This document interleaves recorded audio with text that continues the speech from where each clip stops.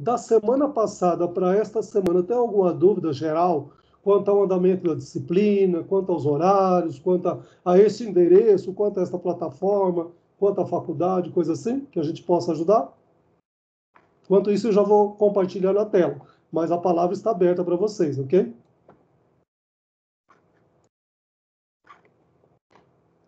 Sinceramente, não, professor. Não? Que bom. Também não tenho, não, professor. A única coisa que eu tô com um pouco de dúvida, mas acho que vai sumindo, vai diminuindo, é a questão que o senhor falou da gente dividir o trabalho. Que a gente vai fazer o trabalho e passar mais para 2 pessoas fazerem. Legal. Obrigado pela sua pergunta. Agora eu lembrei de outra coisa. Eu acho que assim, como a gente está querendo reduzir, diminuir o trabalho, eu já estou pensando em nem mandar mais para 2 pessoas, talvez mandar só para um grupo. E você avaliar apenas um grupo também, você percebeu? Queira ou não queira, reduz o trabalho pela metade, concorda, Ariana? Sim. Você entendeu? Pensando bem, até melhor, professor, porque a gente avalia um só, não prende o grupo. E alguém avalia, só um grupo avalia o de vocês também, entendeu? Uhum. Acho que eu vou fazer isso, tá? Mas Obrigada. eu lembrei desde ontem aí, mas eu não tinha comentado nada. Mas o jogo aberto, acho que a gente fala. Tudo bem? Vocês estão vendo a tela aqui já compartilhada? Já está gravando, tudo bem? Tudo, sim, estou vendo. Legal. Então, hoje, pessoal, a gente vai começar na nossa... Mas, se aparecer as dúvidas, vocês também vão questionando, ok? Os nossos primeiros conceitos aí, que é exatamente como chama? O de finanças corporativas e análise de investimento também. Tudo bem? Ok? Bom, que é a nossa primeira unidade também, ok? Que a gente vai falar todos os conceitos de finanças corporativas e análise de investimento. Ou seja, os conceitos básicos. E a primeira eu diria para vocês que é bastante teórico, tá? Vocês vão perceber que a partir do segundo a gente vai entrar na parte aplicativo. A Diane e mais o pessoal aí, vocês conseguiram ter facilidade em acessar o livro também? Sim, livro sim. Legal. Eu mandei no grupo da sala para ajudar também. Tá bom, duas maneiras, né? Pode ser em PDF e outro você pode entrar no link também. Este livro nós iremos usar bastante. Não precisa nem imprimir para a gente derrubar bem nas árvores, né? Cuidar do planeta também um pouco, mas deixa ele disponível que vai precisar. Tudo bem? Legal. Então, vamos lá. Seguindo aqui, pessoal. Então, a gente vai falar hoje dos primeiros conceitos, ok? Então, opa. Deixa eu ver o que aconteceu. Não, peraí. Isso. Bom, pessoal. Logo, a primeira página aqui, na segunda página, aparecem os conteúdos que nós iremos trabalhar nessa unidade 1, que está lá no nosso plano de aprendizagem que nós comentamos na semana passada, e que tem aqui, eu coloquei dessa vez, pelo menos 3 vídeos do YouTube, todos vídeos rápidos, para a gente ter noção básica aqui, tá vendo? Material que pode auxiliar vocês aqui nos conceitos básicos aqui do que é finanças corporativas, do que é análise de investimento, ou seja, uma introdução beabá. Esse podcast que está aqui, pessoal, o semestre passado eu fiz bastante podcast. Podcast, todo mundo sabe que é você ouvir, né? Eu até brincava com o aluno e eu falava assim, bom, nessa pandemia, enquanto você está lavando louça para a mamãe, para o marido, para o namorado aí, né? Para quem você estiver na casa aí, você põe no ouvido aí e ouve a aula, né? É bastante prático, eu acho também. Às vezes você não tem tempo de ver um vídeo, mas de ouvir a gente ouve. Como ouve música, você pode fazer qualquer outra coisa que a mão está livre. Concorda? Mas, se alguém quiser, é do semestre passado, mas é da unidade 1, tá muito legal lá também. Tem outras unidades também nesse podcast. Tudo bem? Acho que todo mundo tem facilidade para acessar ele, dá uma olhadinha também. Tudo bem? Então, vamos lá. A gente começa aí falando do conceito de finanças corporativas. Por quê? Vocês, como gestores financeiros, vocês vão cuidar de toda a parte financeira da empresa. Então, vamos trabalhar aqui com esse conceito de finanças corporativas. Por que corporativas? Né? Qual é esse nome para a empresa? Por quê? E por que a análise de investimento? Eu já disse para vocês que até 2 semestres anteriores, a nossa disciplina tinha apenas o nome de análise, gestão e análise de investimento. Ponto final. Mas tinha uma outra disciplina que chamava finanças corporativas, que cuidava de todas as finanças da empresa. Então, a partir de 2 semestres atrás, nós incorporamos finanças junto com a análise de investimento. Então, ficou um único nome, finanças corporativas e análise de investimento. Saiu a gestão, mas é lógico que tudo é gestão. Tudo bem? Então, olha lá, qual é o conceito? Você que é da área de finanças, olha lá. A área de finanças de um negócio é vital para a sua sobrevivência e manutenção das suas atividades, principalmente nos dias atuais de pandemia, concorda? As finanças corporativas são, portanto, prioritárias para os gestores de uma empresa. Quem são os gestores? Somos nós, né? Vocês da parte de finanças, qualquer que seja a área. Pelo termo, entende-se por tudo que envolve o capital de uma organização, ou seja, o dinheiro. Pode ser capital físico, capital humano, todo o capital que a empresa tem.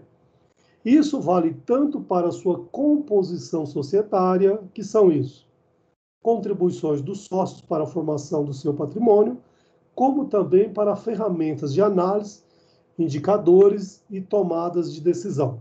Em suma, portanto, as finanças corporativas são responsáveis por praticamente tudo o que acontece dentro da área de finanças de um negócio. E quem é o responsável por essa área? Os gestores financeiros. Olha aí, uma sala com 20 alunos, todos estudando finanças para serem gestores financeiros das empresas, ok? Bem, finanças corporativas é responsável por tomar todas as decisões financeiras a respeito de um negócio, utilizando as ferramentas e análises necessárias para isto. Tem como principais objetivos maximizar a valorização da empresa e, simultaneamente, administrar os riscos financeiros existentes. Este conceito, praticamente, é o conceito que nós iremos trabalhar o semestre todo sobre finanças corporativas. Já chegamos no de análise de investimento, ok? Então, este conceito, muitas vezes eu peço na avaliação, às vezes eu dou ele praticamente montado, para você ir completando as palavras também, ok? Então, dê uma lidinha nele, fixe esse conceito, que ele é muito útil, muito importante para nós, ok? Legal? Tudo bem? Pessoal, se estiver muito rápido, dá o grito aí também, que de vez em quando eu esqueço e dou uma acelerada aqui, tudo bem? Aí, a próxima pergunta é assim, qual o principal objetivo de finanças corporativas? Assim como a nossa disciplina tem um objetivo, essa disciplina aqui, esse estudo de finanças corporativas também, tem um objetivo, concorda? Então, a primeira delas, valorizar o patrimônio empresarial por meio do lucro, que é tudo que um empresário precisa, concorda?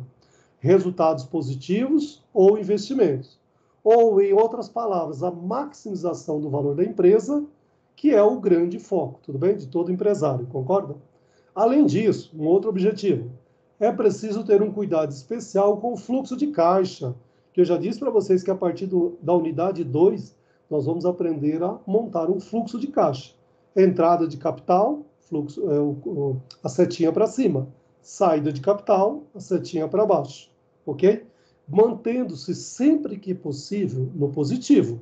O ideal é que entre dinheiro e não só saia, concorda? Mas a gente sabe que na prática a empresa ela tem saída de caixa, como também tem entrada de caixa, né? Mas o ideal é que mantenha sempre positivo, ou seja, o saldo de entrada é maior do que o de saída, porque senão a empresa está fadada ao fracasso, concorda? Bom, isso inclui a gestão financeira completa, especialmente no que se refere a controlar despesas e riscos, ok? Bem, por fim, a área financeira de uma empresa é um departamento que trabalha fortemente com análise de indicadores, como as finanças corporativas apresentam o controle de diferentes áreas e ferramentas. Fica muito mais fácil tomar decisões com essa visão completa. Você percebeu que a partir de agora você passa a ser um gestor financeiro da sua empresa. Então, finanças corporativas e análise de investimento é o cargo, é a responsabilidade do gestor financeiro, que somos nós da área de finanças aí também, ok? Bem, agora vamos para o conceito de investimento. Bom, o que é investimento, né? Então, a definição que esse próprio autor, que é o Gerson, o autor do livro, né? Então, ele aqui, ó, que é um PLT aqui, laranja o meu, porque eu já falei para vocês que é da Anhanguera, mas você vai encontrar lá na biblioteca. Aliás, eu acho que é laranja também, que eu doei um lá, que foi o que eu ganhei de cortesia também, eu tinha dois, doei um lá, sem problema nenhum, mas você vai ver que tem o mesmo conteúdo, ok? Então, peguei do próprio autor, que ele vai dizer que investimento, olha só que legal, isso daqui tem meia dúzia de palavras, isso daqui com certeza cai na avaliação. Eu fico sempre dizendo para o aluno, dando as dicas aqui que vai cair. Tem certeza que na P1 e na substitutiva e na multidisciplinar cai o conceito de investimento, ok? Então, investimento significa utilizar recurso disponível no tempo presente para criar mais recursos no futuro, ou seja, qualquer ato ou ação que implique renunciar a recursos no presente na expectativa de obter mais recursos no futuro. Olha que legal. Então, vamos pensar na prática. O que é isso? Se você está estudando, você está fazendo investimento? Desculpa, é lógico, não sobrevive sem minha água, né? É lógico que é investimento. Você percebe, ó, você está utilizando o recurso disponível. Aí você fala assim, eu tenho bolsa de 100%. Parabéns. Mas e o seu tempo que você está usando para estudar, para ficar na internet, para ficar no seu celular, para ficar no seu computador? Você poderia estar assistindo o seu jogo do seu time, está indo namorar, está fazendo qualquer outra coisa, mas você está utilizando esse tempo para ganhar habilidade no seu aprendizado. Então, você está investindo um recurso disponível, que é o seu tempo, para criar mais recursos no futuro. Todo mundo está na expectativa de que você estudando, você vai ter uma melhor condição de trabalho. Isso é fato, concorda? A gente sabe, tem estatísticas, inclusive, que diz que quem não estuda ganha X salários mínimos. Quem estuda ganha mais, e assim por diante, ok? Então, isso é fato também. Pode ser que a situação de crise, você fala, nossa, eu tenho o terceiro ano, metade do curso, estou sem... É uma situação do momento. Mas se você pegar o histórico, a estatística, quem estuda realmente, então você está investindo no presente, esperando que para o futuro você tenha uma situação melhor de trabalho, de salário, de condição, tudo, né? Ou seja, qualquer ato ou ação que implique renunciar a recursos no presente na expectativa de obter mais recursos no futuro. Tá claro esse conceito? Olha, meia dúzia de linhas, vocês perceberam, letras enormes. Este conceito já antecipo para vocês, com certeza cai. Outra coisa, no mesmo conceito eu peço assim, cite 2 exemplos, me lembro até isso no semestre passado. Olha os exemplos que eu coloquei aqui, não precisa ser este daqui, mas você pode usar outros também, tá? Comprar uma casa é um investimento. Vamos lá. Eu diria que para você está renunciando, principalmente, você tem que pensar assim, comprar uma casa, por que é um investimento? Será que esse dinheiro aplicado não me dá um retorno maior do que se eu tivesse uma casa? Isso é possível. Financeiramente é verdade. Só que culturalmente, se você perguntar à sociedade brasileira como um todo, e na maioria do mundo inteiro, todo mundo acha assim, se eu casar eu preciso ter um lugar para morar, preciso ter minha casa. Se eu ficar desempregado, eu tenho pelo menos onde morar. Então isso passa a ser um investimento. Olha aqui um outro exemplo que eu coloco até aqui de propósito, um carro. Carro é investimento, você fala, nossa, tem que pagar combustível, tem que pagar IPTU, pode ser que tenha multa, só tem prejuízo, é verdade.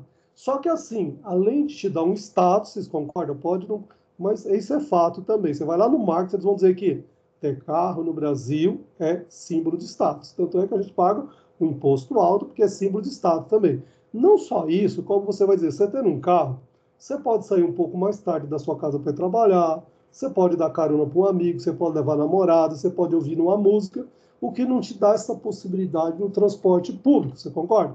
Então, por isso que ele vai dizer que é um investimento. Olha o outro exemplo, que aplicar em dólares é investimento. Na atual situação, vocês como gestores financeiros sabem que o dólar está subindo cada dia mais, é um investimento. Mas vocês já sabem que houve outras épocas em que o dólar caiu. Então, cuidado, que o que é investimento hoje, pode ser que em outra época não seja, né? Fazer uma aplicação financeira, olha, guardar dinheiro na poupança também, mesmo que, né? A gente sabe que a poupança tem um retorno baixo, mas é um investimento também. Construir uma fábrica, cursar uma faculdade, olha o último exemplo, cursar uma faculdade. Então, tudo isso são exemplos de investimento, ok? Então, tem outros tipos, vários de investimento. Aliás, quem lê o livro lá no capítulo 1 tem até um caso bastante interessante, que ele vai falar assim, o casamento é investimento? Né? Aí eu brinco ainda que eu falo assim, investimento de risco, mas eu acho que é um investimento que vale a pena. Eu mesmo estou casado simplesmente há 37 anos, 9 anos de namoro, mas eu falo que a gente soma-se o salário e divide-se as despesas. Não é investimento? Sim. Ok? Então, não pensem vocês também que tem gente que tinha cabeça que achava que mulher gastava dinheiro. Não, hoje elas são super organizadas, muitas delas botam os homens na linha aí, na parte financeira também. E quantas vezes você já viu um amigo dizer assim, nossa, eu mudei significativamente depois que eu casei, depois que eu arrumei fulano de tal. Você percebe? Então, o casamento passa a ser investimento também. Ok? E aí ele conta até um relato que antes da Revolução Francesa também, os casamentos eram por acerto das famílias, concorda? Ou seja, quem tinha dinheiro casava com quem tinha dinheiro. Né? E quem não tinha, sobrava quem também não tinha dinheiro. E aí quem fazia o inverso, quem não tinha dinheiro procurava alguém que tinha dinheiro, dava-se muito, tinha uma famosa frase que dizia assim, que era casamento por conveniência, casamento por, percebe? Então alguém que vai só para levar vantagem também, ok? Então o casamento, Por amor foi depois da Revolução, no século XVII, depois da Revolução Francesa, que as pessoas casam por amor. Mas antigamente era casada por conveniência, realmente. Se você, tá cheio de gente que deve ter caso da família, de avós, bisavós, que era mais ou menos assim, né? Alguém ajeitava o casamento, ok? Mas hoje eu diria que é um investimento, assim como eu brinco também, que eu falo que filho é um investimento sem retorno. Quando ele começa a trabalhar e começa a ganhar dinheiro, o que ele faz? Ele casa e vai embora, né? Mas é um investimento. É um prazer que você tem de ter um filho também, né? Eu tenho um casal e não me arrependo, mas quando eles começaram a ganhar dinheiro, foram todos embora. Mas estou feliz da vida, já tenho um netinho pelo caminho. Pelo caminho não, já tenho um netinho de 2 anos, né? Bom, vamos lá. Quais os tipos de investimento? Isso é importante e necessário também. Também cai na avaliação lá. São 3, para você lembrar. O público, o privado e o misto. Bom, o público, o próprio nome já está dizendo, ele é público. São recursos disponibilizados pelos governos, né? Pode ser estadual, federal, municipal, ou entidades a fim de gerar bem-estar social. A gente sabe que as prefeituras, o governo do estado e mesmo o federal, teoricamente, não pode ter lucro. Tá? Então, ele deve sempre reverter no bem-estar social. Então, a gente sabe que algumas maracutaias eles fazem, mas, teoricamente, ele deve sempre gerar o bem-estar social da população.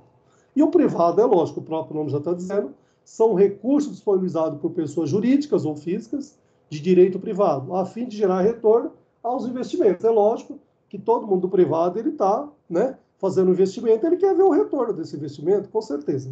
E tem aquele misto, que é a combinação do público com o privado, e os 2 exemplos mais práticos que nós temos aí, que todo mundo conhece, é o próprio Petrobras e o Banco do Brasil. Você sabe que parte dele é público e parte é privado, ok? Então, ele gera bem-estar da população, mas ele também tem um retorno do seu investimento, tanto a Petrobras quanto o Brasil. E são empresas de excelência aqui também, ok? Principalmente a Petrobras. O Brasil, o Banco do Brasil, a gente sabe que teve uma época que estava em crise, como a Caixa Econômica também, né?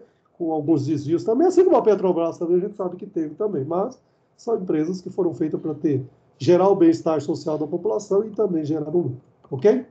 Bom, e qual a importância dos investimentos? A gente sabe que é importante e necessário, né? De uma maneira bastante simples para você usar. Eu já disse para vocês que essa disciplina é para as empresas, né? Gestão de finanças corporativas é para as empresas, mas se você puder utilizar em benefício próprio, também pode. Imagine que você vai casar, você não tem que fazer um investimento.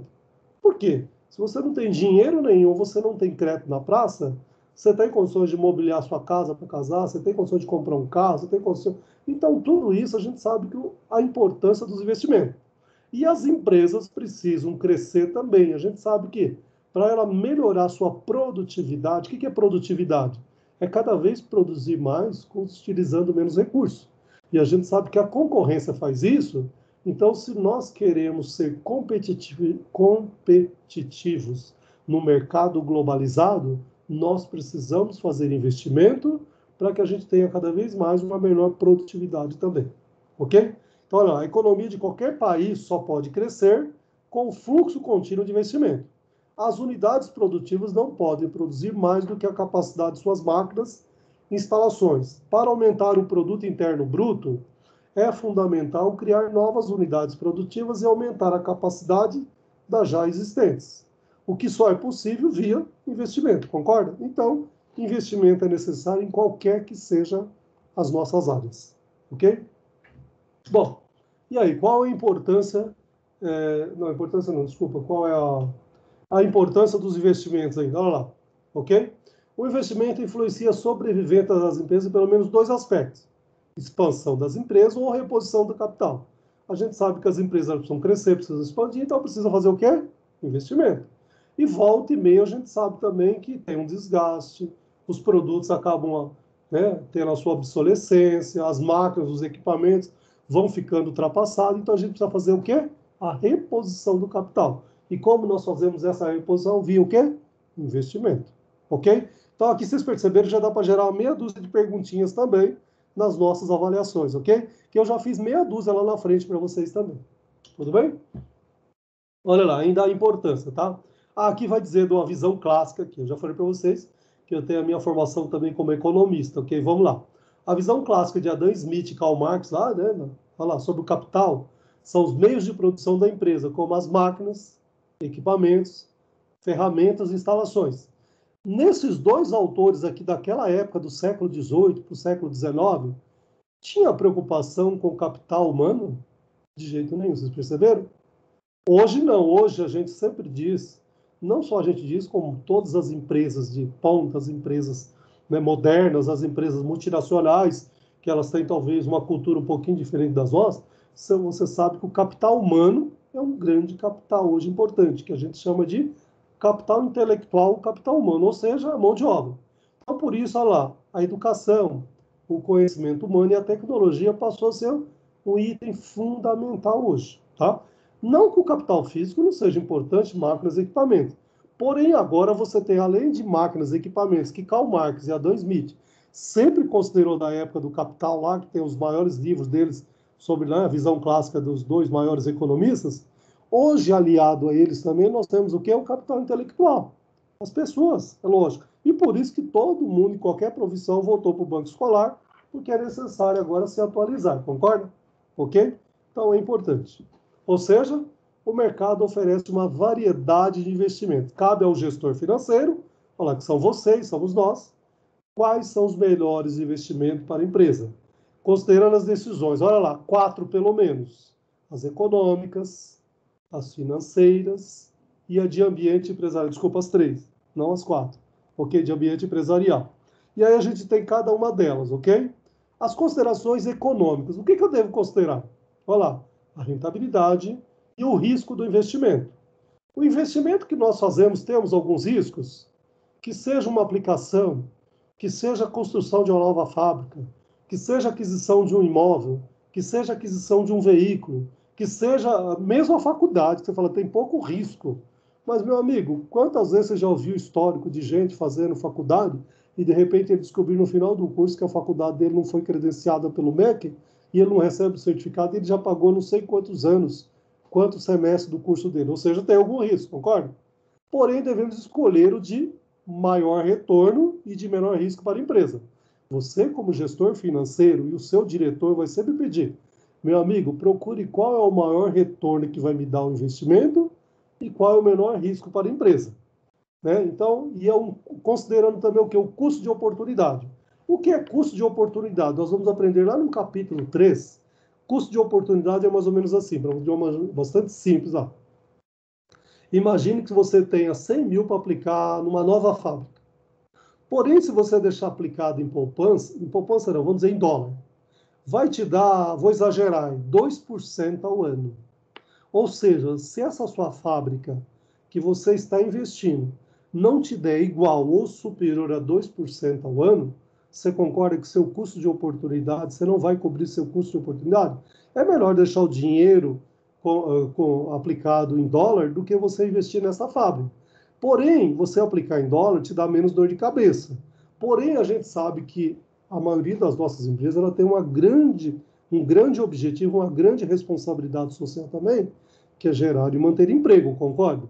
Então, as pessoas precisam investir nas empresas porque elas geram emprego também. Então, não é só pensar no lucro. Além dele precisar ser um negócio rentável, ele precisa também gerar emprego, concorda? Então, precisa fazer a parte social também. Ou seja, considerar o custo de oportunidade ou o custo de capital deve ser considerados em valores monetários e em reais.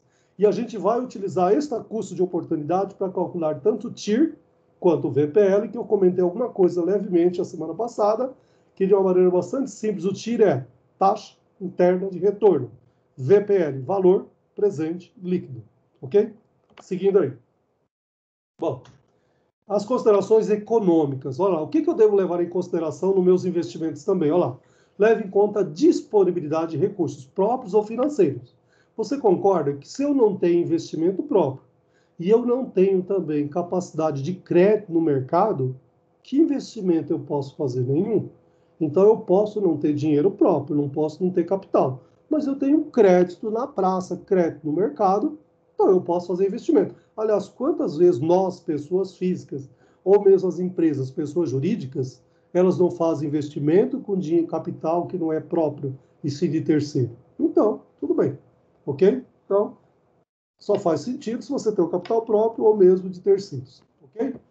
Bom, e aí qual é a consideração também que eu preciso levar em consideração? O meio ambiente. Um exemplo muito prático, não sei se alguém se lembra, vocês são muito novos aí, mas ao menos há 10, 15 anos atrás, a fábrica da Ford, ela recebeu uma proposta do governo, ficava aqui no ABC, São Paulo, na Grande São Paulo. Ela recebeu uma proposta do governo da Bahia para que ela fosse lá e ficasse isenta, não sei se por 10, 15 anos, dos impostos. E ela foi para lá. Então você percebe que a decisão desta empresa foi o quê? Uma decisão do ambiente empresarial. Não foi financeira, não foi econômica, foi do ambiente empresarial. Alguém fez uma proposta para ela que é muito mais interessante. Então, olha lá, como as considerações políticas, sociais, culturais e de meio ambiente que afetam o investimento e são difíceis de analisar, nem sempre expressas em valores monetários. E aí é o exemplo que nós temos aqui da Ford da Bahia. Eu comentei com vocês na aula passada que eu sou de uma pequena cidade do interior. E volta e meia a gente ouve artigos dizendo o seguinte: eu vou instalar a minha fábrica, eu vou sair da Grande São Paulo e vou para o interior, porque eu quero uma mão de obra menos estressante, que ela é mais produtiva. E eu concordo com vocês. Eu que conheço bem o interior e sou de lá, eu tenho cunhados que é assim. Ele vai trabalhar de bicicleta às 8 horas da manhã, meio-dia ele vem para casa trabalhar de bicicleta, em 10 minutos ele está em casa, ele almoça, ele tira um cochilo, tem 2 horas de almoço. Às 5 horas da tarde ele sai, ele vai para o clube jogar bola junto com os amigos. Você percebe que a qualidade de vida dele é muito melhor do que aqui, que a gente pega um ônibus, chega estressado, tem greve, tem não sei o quê, tem pandemia no meio do caminho ultimamente. Então, você percebe que as empresas estão procurando, alguns lugares também, que de qualidade, talvez de meio ambiente. Quanto esse meio ambiente pode ser de qualidade de vida também. Ou seja, então é a consideração do ambiente empresarial. Não é econômico e não é financeiro, entendeu? Mas é uma situação possível também. Então é importante que o gestor financeiro conheça essas áreas para na hora dele fazer o investimento e aplicação ele saber também. Ok? Bom, e aí a gente tem o contexto, a área de investimento no contexto estratégico das organizações. A gente sempre diz que toda empresa ela tem uma estratégia. Pode ser que não esteja escrito no papel, esteja lá na mente, na cabeça do presidente, do diretor da empresa, mas sempre tem. Então, o orçamento é uma estratégia que a empresa, traduzida em números, só será realizada com uma análise de investimento adequada, concorda? Então, essa estratégia que tem na cabeça de alguém, ela só irá se concretizar se realmente você tiver investimento, ou seja, se o investimento for adequado. Então, cabe ao gestor fazer esta análise dentro das empresas, e é isso que nós iremos aprender, as ferramentas para como fazer essa análise. Ok? Bom, o mercado financeiro e a análise de investimento. A partir daqui a gente começa a comentar alguns termos bastante técnicos, tá bom? Então não se preocupe, mesmo que lá no livro que você for dar uma lidinha lá, aqui ele está bem resumido, lá no livro está um pouco mais explicativo e nem sempre está tudo traduzido, mas aqui eu coloquei todas as abreviações, eu expliquei o que é, para ficar simples para alguém que é de finanças e amanhã alguém não sabe o que é. Selic, o que é isso? Está lá explicado o que é. Tudo bem? Então vamos lá, mercado financeiro e análise do investimento. Olha lá, o mercado financeiro ou bancário, que muita gente a gente conhece como bancário também, mas é mercado financeiro. A gente sabe que está cheio de empresas que não são bancárias, mas são financeiras. Então é a mesma área de investimento. É um conjunto de instituições e operações ocupadas com o fluxo de recursos monetários entre os agentes econômicos. É o mercado de emprestadores e tomadores de empréstimo, concorda? É alguém que tem dinheiro para aplicar lá e alguém que está precisando para retirar o capital, o dinheiro de lá também, ok? Para pegar o dinheiro lá. Em que o valor da remuneração do empréstimo é chamado de juros, ou, em termos percentuais, de taxa de juros, tá? Que a gente conhece muito, que a gente fala ou taxa alta ou taxa baixa, mas é taxa de juros. Essa taxa representa, em dado período, a remuneração relativa que os emprestadores obterão e o custo relativo com que os tomadores de empréstimo terão que arcar, ok? A gente sempre diz que esse valor deve ser sempre o mesmo, ok? Mas a gente sabe que nem sempre é assim, né? Porque é lógico que aí embutido isso está o lucro do investidor, ou o lucro do empresário, o lucro do bancário, o lucro do investidor. Ou seja, os depositantes de um banco emprestam dinheiro ao banco e este faz empréstimo com os fundos deles depositados. O banco o banco é um intermediário entre os depositantes e os tomadores finais de recursos. Concorda? Tem alguém que trabalha em banco aí? Olha lá, é a definição do que é o banco, ok? O mercado precisa encontrar a taxa de juros de equilíbrio, isto é, a taxa que os emprestadores desejam fornecer precisa ser igual à taxa que os tomadores desejam captar. Mesmo que você fale assim, o emprestador é assim, quando você vai pegar dinheiro, a taxa é alta. Quando o banco vai te pagar o rendimento, a taxa é baixa. Só que aliado a essa taxa tem um grande lucro deles também, que eles embutem nessa taxa. Por isso que, teoricamente, eles chamam que é igual. Tudo bem? Bom, o mercado financeiro é subdividido em mercado monetário, de crédito, de câmbio e capitais. Eu li aqui novamente hoje à tarde, por isso que eu lembrei aqui que é 4 tipos de mercado financeiro, ok? Monetário, de crédito, de câmbio e capitais. E aí vamos cada um deles aqui para a gente ficar bem claro, ok? Então, lá, o primeiro é de monetário. Ele envolve operações de curto e curtíssimo prazo. É isso, a primeira coisa que você tem que lembrar. Você, como gestor financeiro, o mercado monetário envolve... Qual é ele? São as operações de curto e curtíssimo prazo, proporcionando um controle ágil e rápido da liquidez, ok? Da liquidez da economia e as taxas de juros básicas pretendidas pela política das autoridades monetárias, ok? Então, essa é a característica básica do mercado monetário. Agora, vamos lá. Qual é a característica básica do mercado de crédito? Engloba as operações de financiamento a curto e médio prazo. Você percebeu que o monetário é de curto e curtíssimo prazo. Já o de crédito, de curto e médio prazo, direcionado aos ativos permanentes e capital de giro das empresas. O que é capital de giro? É aquele que a empresa precisa para pagar salário, para comprar matéria-prima, para movimentar, né, os seus negócios ali internamente. Tudo bem? Bom, aí tem o mercado de câmbio, olha lá. Inclui as operações de conversão da moeda de um país pelo outro. Então, vocês vão viajar para fora, você precisa comprar moeda, concorda? Então, e muitas vezes a empresa também está vendendo para fora, né? E ela vai converter o que ela vendeu e ela vai receber, assim como na hora de comprar também, ela precisa pagar, ela vai converter a moeda que ela tem em caixa com a moeda que o cliente ou o fornecedor queira receber lá dela. Tudo bem? E aí nós temos o quarto, que é o mercado de capitais. Olha lá. Assume papel relevante no processo de desenvolvimento econômico, ok? Pela ligação que efetua entre o que tem capacidade de poupança, que são os investidores, e aqueles carentes de recursos a longo prazo, que apresentam um déficit de investimento. Então, é o mercado de capitais, ok? Então, é investimentos aí, que a gente precisa, representa déficit de investimento, ok? São as pessoas que estão precisando fazer, tá? Ok? Bom, e a gente tem as principais aplicações aqui no Brasil. Aqui está cheio de nomenclatura, todas praticamente abreviadas aqui para vocês, ok?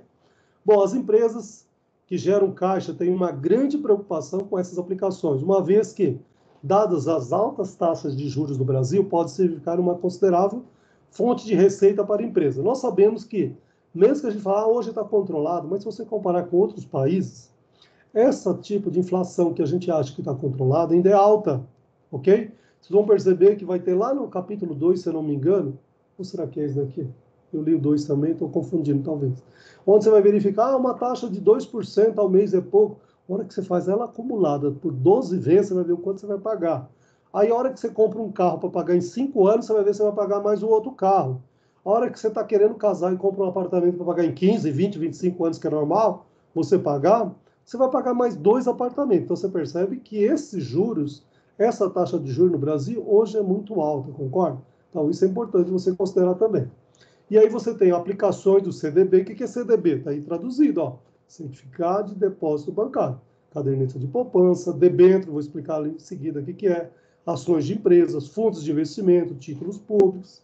Ou seja, olha lá, esse investimento pode ser classificado como renda fixa ou renda variável, ou mesmo misto de renda fixa e variável. Uma combinação dos dois também que existem, ok? Então vamos lá. O que é uma renda fixa? Olha lá. São investimentos nos quais não há perda do montante investido inicialmente.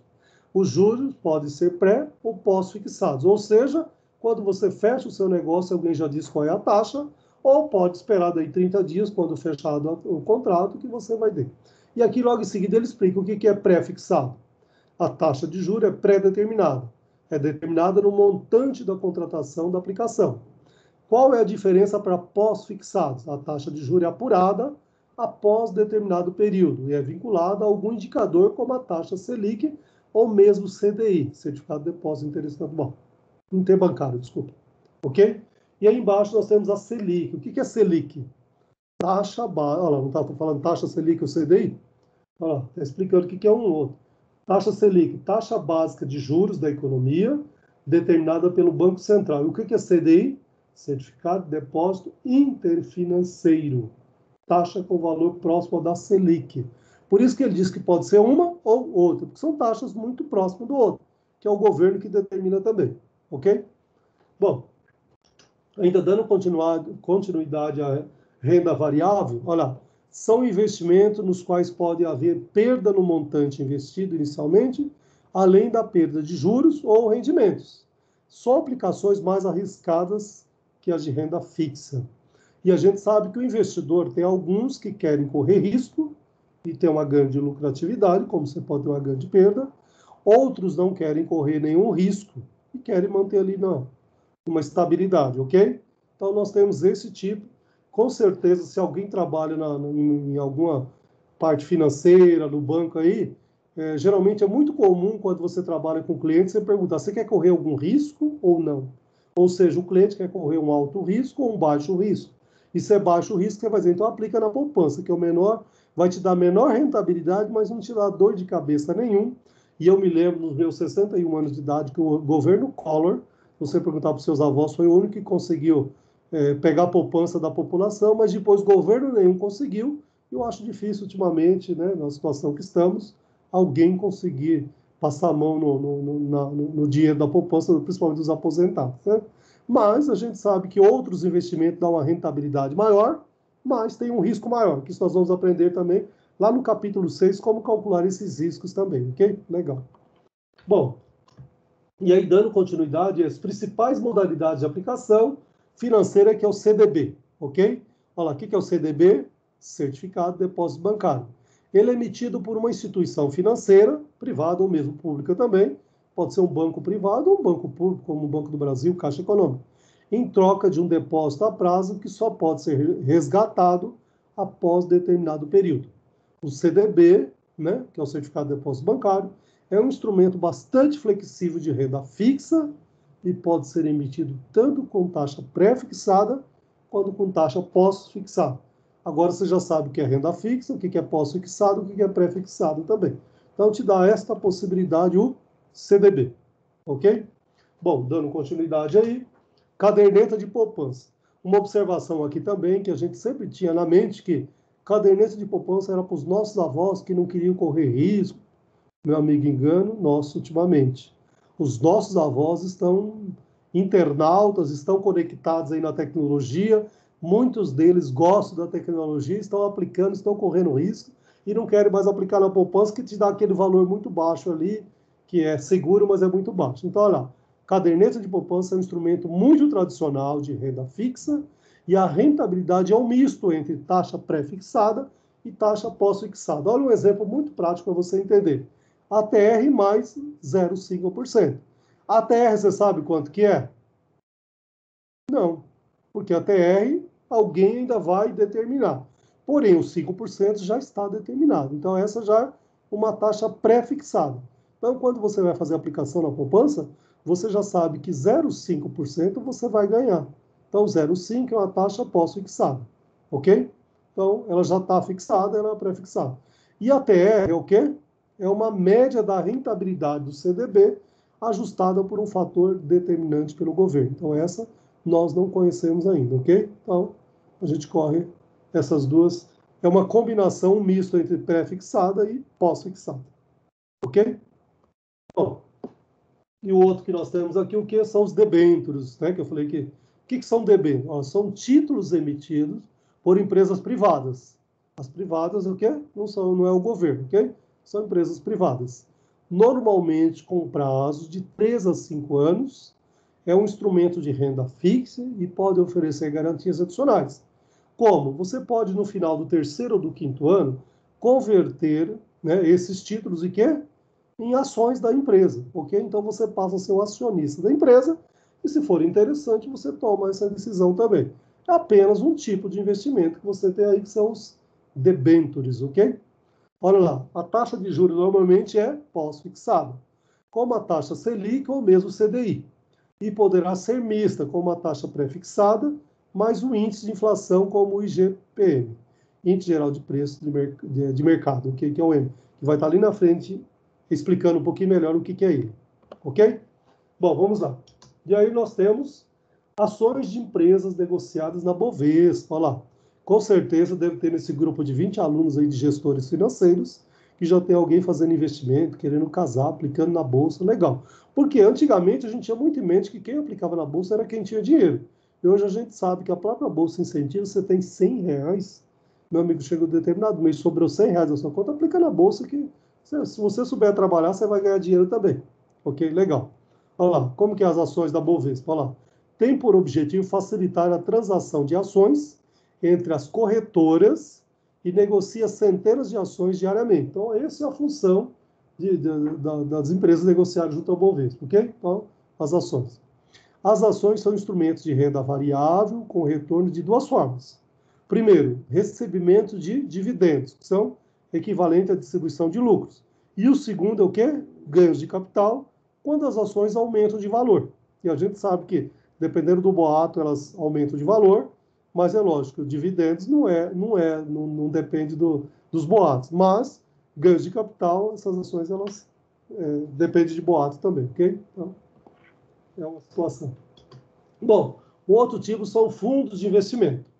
São condomínios. Por que condomínio? Geralmente os bancos, as financeiras, chamam de condomínio. É um grupo de pessoas, olha lá, de investidores que se reúnem para obter melhores condições de negociação. Esses fundos são administrados por gerentes e possuem CNPJ e regras próprias. Então, mesmo que você fala assim, eu tenho uma aplicação lá na Caixa Econômica. Se você quiser fazer parte de um condomínio de investidores, okay, que é esse tipo de fundos de investimento, eles vão criar um CNPJ próprio, eles vão ter reuniões, vão ter uma pessoa que vai administrar, então tem a regra própria daquele CNPJ, não é da Caixa Econômica, ok? Mas tem toda a garantia, se for da Caixa Econômica, assim como pode ser de um outro banco também, de outra instituição financeira. Olha lá. Sua rentabilidade é calculada pelo administrador e repartida entre os investidores, podendo ser conservadores, que é de renda fixa, como CDBs, debêntures de títulos públicos, ou mesmo agressivo. O que é agressivo? Aquele que pode subir e descer muito rápido. Misto de renda fixa e variável, como ações e moeda estrangeira também. Então, você vê que tem uma variedade grande aqui que você pode ter, né, de rentabilidade, mas vai depender muito do que esse grupo, esse CNPJ próprio, toma nas reuniões também. É o grupo que decide, ok? Mas, às vezes, o montante de valor é interessante e acaba tendo uma rentabilidade bastante interessante também, ok? Bom, e os títulos públicos? Bom, o próprio nome já está dizendo que é público, é do governo, ok? Tem como objetivo financiar a dívida pública. Pode ser pré-fixado ou pós-fixado. A gente sabe que o governo gosta muito de emitir, né? E especialmente na taxa Selic, IGPM ou IPCA e em moeda estrangeira também. Olha lá, variedade grande também. Outro tipo, NTN. O que é NTN? Está aqui, ó, nota do Tesouro Nacional. O que é LTN? Letra do Tesouro Nacional. E LFT. O que é LFT? Título de renda fixa. Ok? Deve estar um termo em inglês, por isso que deve estar invertendo aí. Em várias séries de investimentos. Pode ser comprados por fundos de investimento, empresas ou mesmo pessoas físicas também. Ok? Bom, e aí nós temos um cálculo aqui, que já estamos no final, calma. Ok? Já estamos no final aí. Estou sem relógio aqui. Bom, deixa eu ver. Tá bom, 20:11. Nossa, já foi 30 minutos ou mais. Bom, renda fixa. Vamos calcular aqui o caso do retorno para a gente poder entender. Olha lá. Na renda fixa não há ganho ou perda de capital, apenas o recebimento de juros, conhecido como a rentabilidade do seu investimento. E aí nós temos um exemplo aqui, olha. O CDB pós-fixado, no valor de 50 mil, rendeu juros de 1.000 no mês. Qual o retorno? Como você vai calcular? Olha lá, você como investidor, você vai calcular esse retorno assim, ó, juros sobre investimento. Os juros, ele não informou ali em cima que foi de R$ 1.000? O investimento não é 50? 1.000 dividido por 50 vai dar 0,2. Só que esse 0,2 é em decimal, não é isso? Você transformando ele para porcentagem, é só multiplicar vezes 100. Vai ser 2%. Ou seja, essa sua rentabilidade foi de 2%, uma vez que você investiu 50 mil e teve um retorno de R$ 1.000 de juros. Ou seja, teve um retorno de 2% do seu investimento. E aí você pode comparar se este investimento foi interessante ou não. Comparando o quê? Será que você poderia aplicar numa outra coisa, uma outra oportunidade e ter um retorno maior ou um retorno menor? Então, esse investimento é interessante? É isso que o gestor de investimento deverá fazer. Tudo bem? Então, vamos lá. O retorno da renda variável, lá. Há dois componentes a serem calculados. Ganho ou perda do capital, aumento ou diminuição no valor do ativo financeiro. Fluxo de caixa representado por dividendos ou distribuição de lucros. Retorno é igual à valorização do ativo mais o fluxo de caixa recebido. Como você vai calcular o retorno? Qual é a fórmula dele? Não precisa decorar. Se por acaso for pedido na avaliação, eu sempre brinco com o aluno que eu falo que você não precisa decorar nada. Você precisa aprender, saber e trabalhar com ele. Então, todas as fórmulas que a gente precisar, eu da Trino, nunca pedi para o aluno decorar, porque muitas vezes nem eu decorei. Por que eu vou obrigar o aluno? Você tem que saber como aplicar, como calcular para dar o resultado. Então, esta fórmula de retorno é preço final menos o preço inicial mais os dividendos dividido pelo preço inicial. Vai te dar o seu retorno. Já tem um exemplo aqui aplicativo. Olha lá. Um investidor comprou ações da Petrobras ao preço de R$ 50 em cada ação. E a da Embraer ao preço de R$ 40 em cada ação. Ao final de um ano, as ações da Petrobras estavam cotadas a R$ 55 a cada ação e havia distribuído dividendos de R$ 1 em cada ação.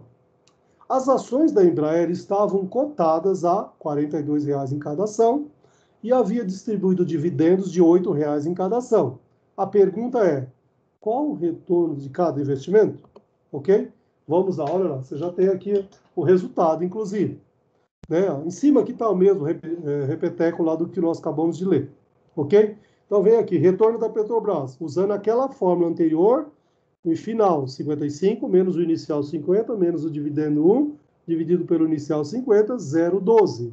Transformando o decimal em porcentagem vezes 100, que vai dar 12%. Ou seja, o retorno destas minhas ações da Petrobras equivale a 12% de retorno. E aí vamos fazer o da Embraer na mesma forma, 42, menos o 40 do início, menos o dividendo de 8, dividido pelo início de 40, vai dar 0,25. Multiplicando por 100, para transformar em porcentagem ou decimal, vai dar 25%. Você percebe que você comparando o Petrobras com a Embraer deu o dobro, ou mais do que o dobro, né? Um deu 12, o outro deu 25. Então, é lógico que você deverá investir na Embraer, que o retorno é muito superior também. Tudo bem? Eu acho que aqui é o nosso último exercício, se eu não me engano. Que é isso? O nosso último. Olha lá. Agora você pode aí, nesse nosso intervalinho aí, até brincar com esse novo exercício aqui que eu dei para vocês, ok? Olha lá. Um investidor comprou ações da Petrobras ao preço de 50... Ou é o mesmo? Não, eu mudei os valores. Olha lá, legal, mudei os valores. Só para você exercitar, tá? Um investidor comprou ações da Petrobras ao preço de R$ 50 em cada ação. O da Embraer ao preço de 40 em cada ação. Ao final de um ano, as ações da Petrobras estavam cotadas a 45 cada ação e havia distribuído dividendos de R$ 3 em cada ação. As ações da Embraer estavam cotadas a 39 em cada ação e havia distribuído dividendos de R$ 5 em cada ação. A minha pergunta é, qual o retorno de cada investimento? É lógico, da Petrobras e da Embraer, ok? Agora você volta aqui, ó, esta mesma fórmula, ó, esta fórmula aqui, preço inicial menos preço final mais dividendo dividido pelo preço, você faz o retorno das duas empresas diferentes, é lógico, com outros valores que você vai achar o retorno também. É uma maneira de fixar o nosso conceito aqui. Pessoal, desculpa eu dar uma acelerada, mas eu não queria que passasse de 30 minutos, e eu acho que nós já ultrapassamos. Mas agora eu abro para vocês questionarem, perguntarem e até dizer se foi muito rápido, se foi muito... Né? Com certeza vocês já tinham lido esse material também, né? Ou não? Vamos lá. Só a Ariana e a Bruna que vai falar? A Bruna não falou hoje ainda, né, Bruna? Tudo bem? Eu não havia visto para o seu conteúdo. Não, mas estava lá disponível desde a semana passada, lembra? No AVA. Ah, sim. Não, mas tá bom. Tudo bem, mas estava lá. Mas foi bem rápido, professor. Alguma dúvida? Oi, desculpa. Foi bem rápido a aula. Então, e eu ainda fiquei mais... Eu também achei que foi muito rápido, mas acho que deu mais de 40 minutos, não deu? Deu um pouquinho mais, mas vale a pena. Mas acho que os conceitos básicos também é teórico também. Depois vocês vão perceber que a partir da unidade 2 é mais prático, então fica mais dinâmico também, vocês resolverem o exercício. Mas isso daqui, o primeiro capítulo, é puramente teórico, para você conhecer as primeiras noções de finanças corporativas e análise de investimento. Mas foi bom. Tenho certeza que numa leitura aí vai ficar muito mais claro. Fala, Bruna. Boa noite, professor. Boa noite, noite todo mundo. É coisa beça realmente para estudar. Agora eu acho que, não sei se você vai passar alguns exercícios, mas acho que só com exercício mesmo para fixar mais, porque realmente são muitas siglas para conseguir gravar, bastante coisa para estudar. Tá. Eu posso parar a gravação, então, e a gente fica aqui para ir comentando o que vai acontecer em seguida, então? Pode ser? Para não ficar muita coisa lá na gravação também, tá? Então, vou parar a gravação. Pronto, parado. Isso. Parar